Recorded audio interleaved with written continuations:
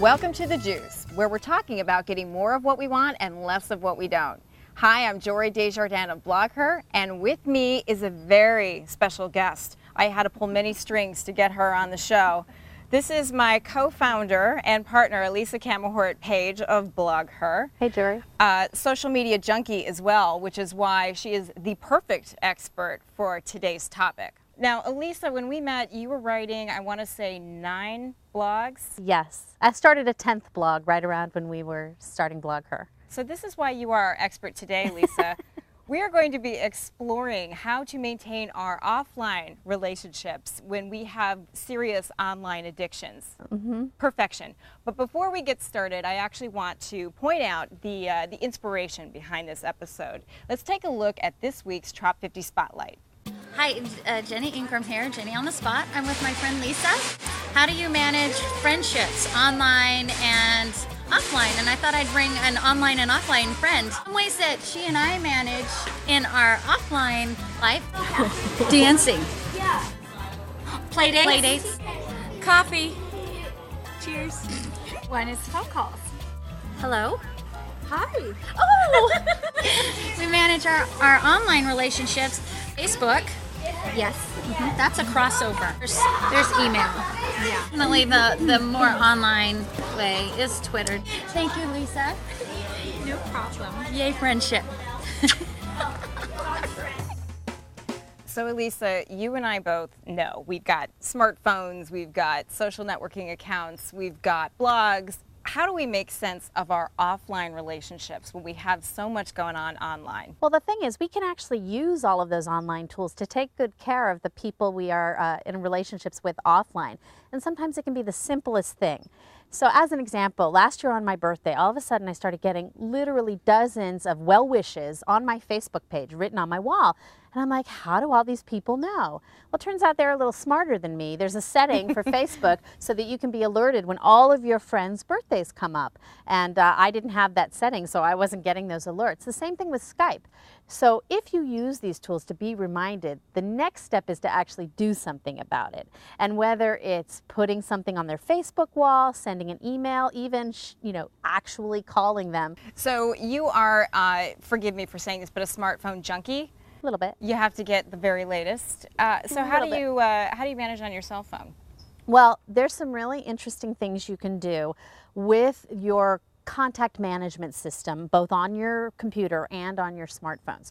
For example, when I had my Palm and then my Treo, you can actually use the software that comes with those devices to connect your calendar and your contacts together.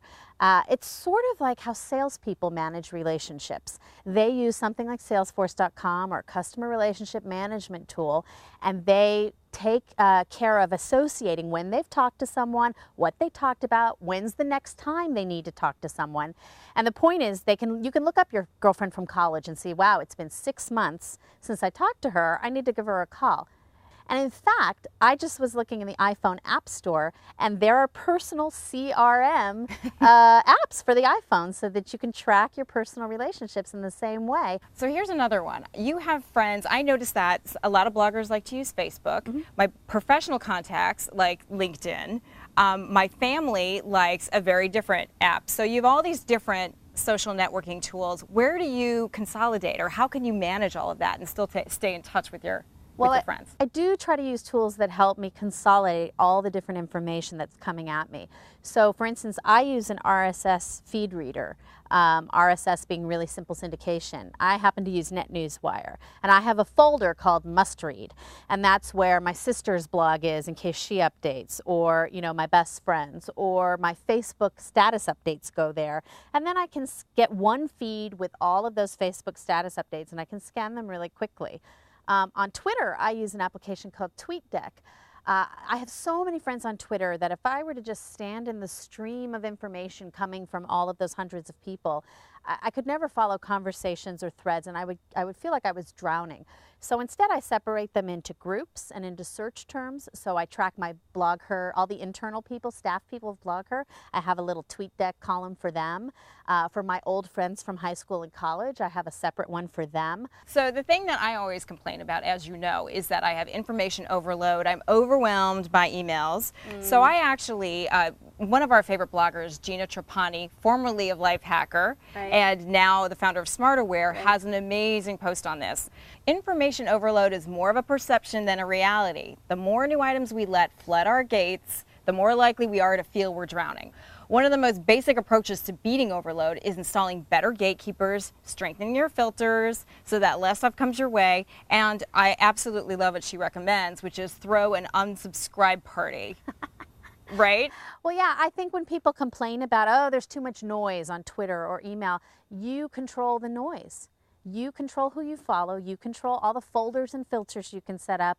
You are not at the mercy of the noise. So we do have offline people in our worlds. How do you keep in touch with your offline folks? Well, it is a problem in that when you're sharing so much in your Twitter stream or on your blog, you assume everybody knows what's going on with you. I actually had really good friends who didn't even know I went to Africa in February.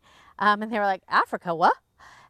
So I do think there are some tools that you can use. For instance, there are tools to turn your blog into an email newsletter, tools like FeedBurner. And you can ask your friends and family to subscribe, and therefore they'll get, say, a weekly email if they sign up for it with your blog posts and keep in touch with you that way. Since you can create blog posts out of things like your Twitter feed or your delicious bookmarking feed, you can really consolidate it all into your blog and therefore all into a blog newsletter. So that's a great way to let offline people, and pretty much they're all going to be on email. I mean, really, most of them At this point. most of everyone's on email. It's a great way to let them stay in touch with what you're up to and not be surprised by your 40-hour door-to-door trip to a foreign nation. So, Elisa, now you know why I don't get back to all of your email, and I'm just sorry in advance. But thank you very much for your tips. Well, I'm hoping these tips will completely fix that. Yeah, starting tomorrow. Oh, excellent. And thanks to Trop50 from Tropicana for making the juice possible. We want to share your ideas. If it's a video or a post that we could point to, join us at www.blogher.com/thejuice. You'll find ways of winning things and meeting up with me and with Elisa. We'll see you there.